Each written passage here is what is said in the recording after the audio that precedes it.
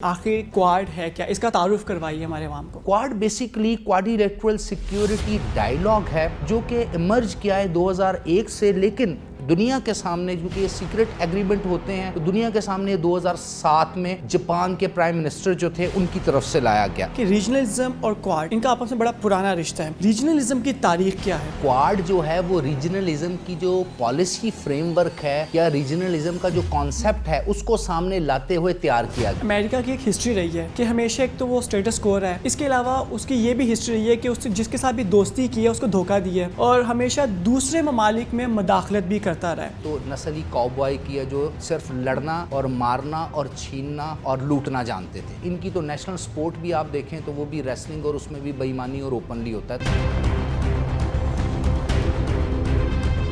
السلام علیکم ناظرین، میں ہوں ڈاکٹر ماجد خان اور آپ دیکھ رہے ہیں پروگرام ڈے ٹو ٹاک۔ ناظرین، معاشی اور دفاعی میدان میں اس وقت پوری دنیا انتہائی ٹرموئل کا شکار ہے۔ مغرب کی سب سے بڑی پریشانی معاشی اور دفاعی مسل پاور کو ایشیا میں شفٹ ہونے سے روکنا ہے، کیونکہ اس مسل پاور کے ایشیا میں شفٹ ہونے کا مطلب ہے کہ تمام کے تمام پاور کمیونسٹ چائنا کو منتقل ہو جانا۔ امریکہ کی جاپان، ساؤتھ کوریا، فلپائن اور ساؤتھ چائنا سی میں موجودگی چائنیز کنٹینمنٹ ہی کی ایک کڑی ہے۔ اس زمن میں آج کل چائنیز کنٹینمنٹ کی حوالے سے کوارڈ نامی کڑی کا بہت زیادہ چرچا ہو رہا ہے۔ آخر کوارڈ ہے کیا؟ اس کے متعلق بات کریں گے۔ ہمارے ساتھ موجود ہیں ہمارے مہمان پروفیسر ڈاکٹر محمد فرحان خان ہمارے ساتھ موجود ہیں، جو کہ well known national media analyst ہیں اور اس کے ساتھ ساتھ انٹرنیشنل ریلیشن کے ایکسپرٹ ہیں۔ ان سے جانتے ہیں اباؤٹ کوارڈ کہ کوارڈ آخر ہے کیا۔ السلام علیکم ڈاکٹر صاحب۔ وعلیکم السلام ڈاکٹر صاحب، ویلکم ٹو دا پروگرام۔ سب سے پہلے ڈاکٹر صاحب میں چاہوں گا کہ ہمارے ناظرین کو آپ بتائیے کہ آخر کوارڈ ہے کیا؟ اس کا تعارف کروائیے ہمارے عوام کو۔ بسم اللہ الرحمن الرحیم۔ ڈاکٹر صاحب بہت مہربانی جی، آپ نے اپنے پروگرام میں مجھے دعوت دی۔ اس سے پہلے کہ میں آپ کے اس سوال کو آنسر کروں، میں آپ کے انٹروڈکشن پہ تھوڑی سی بات کرنا چاہوں گا۔ آپ نے بھی کہا کہ پوری دنیا جو ہے وہ اس وقت کمیونسٹ چائنا کی کنٹینمنٹ کے لیے پیچھے پڑی ہوئی ہے اور وہ دیکھ رہے ہیں چائنا ایکسپینڈ کر رہا ہے۔ میرا ماننا یہ ہے کہ 1990 کے بعد، ایون کہ 1980s کے بعد، China is the most liberal and capitalist economy. اب فرق یہ ہوا کہ چونکہ لبرل ڈیموکریٹک امریکہ، یو کے، فرانس اس طرح اپنی لبرل اکانومی اور کیپٹلسٹ اکانومی سے دنیا پر راج نہیں کر سکے، وہ فارمولا چائنا نے کاپی کر لیا اور چائنا اس کیپٹلزم کے ذریعے پوری دنیا کی معیشت کو اب کنٹرول کرنے لگا ہے۔ تو اب اس کو پھر اسی کمیونزم، سوشلزم اور باقی ازم میں ڈال کے دنیا کو بیوقوف بنایا جا رہا ہے۔ اب آتے ہیں آپ کے سوال کی طرف۔ پہلی چیز تو کوارڈ ہے کیا؟ دیکھیے، بیسیکلی ہم جس دنیا میں رہ رہے ہیں نا، اس دنیا میں میں اکثر کہتا ہوں کہ ہمارے ارد گرد جتنے بھی معاملات ہیں، چاہے سوسائٹی کے ہیں، چاہے اکانومی کے ہیں، چاہے پالیٹکس کے ہیں، چاہے اکیڈیمیا کے ہیں، چاہے میڈیا کے ہیں، یہ کہیں نہ کہیں سے ان کے ٹریگر کنٹرول ہو رہے ہیں۔